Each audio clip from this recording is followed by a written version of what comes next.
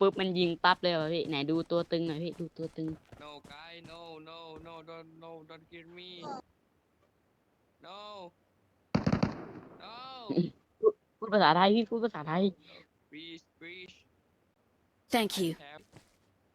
can get it พี่พูดไทยดิพี่คนนี้คนไทยอ้าวนี่พี่ดูสอง เสียดายมันไม่เก็บอ่ะ ดูสองคนนี้พี่ดูพี่จังหวะนี้ครับ ภาษาตัวตึงนั่นน่ะคุยภาษาวาแล้ว ดู ภาษาวาแล้วภาษาเอาจริง ดูกระเป๋าด้วยดูกระเป๋าก็รู้ครับ คูณ ว่าของแท้ คูณ8ด้วย8ก็ด้วยเอาบอมมา ดูตัวตึงนะ เรียกว่าเหมือนมาคาดอนเบอร์ 3อ่ะ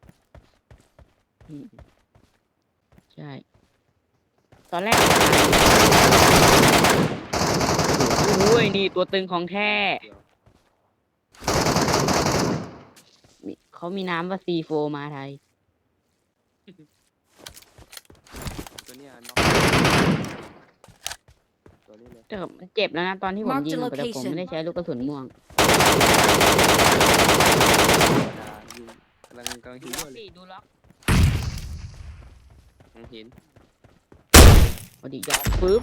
โอ้โหเหมือนจะโดนนะถูกยิงพื้นไป1 ทีนี่ครับตัวตึงครับตัวตึงไม่โดนสักเม็ดครับตึงครับตัวตึงไม่โดนสักเม็ดเลยครับ เบอร์ 4เป็นต้นไม้ เอาเลยครับ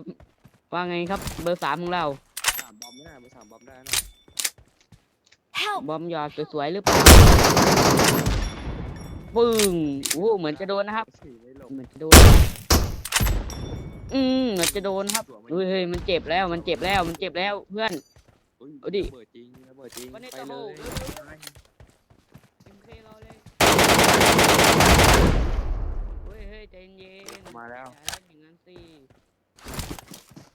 บอมมัน เอาสิยอดขอแม่นๆครับขอแม่น มา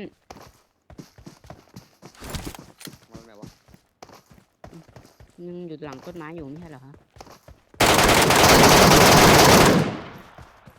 อุ้ยคนละปืนรัวก่อน เฮ้ย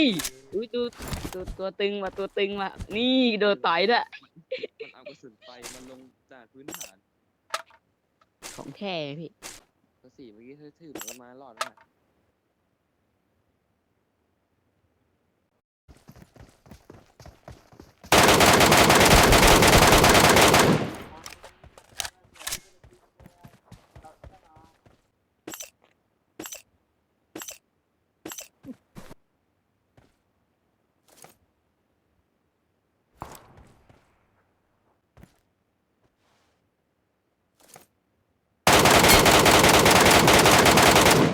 I got supplies.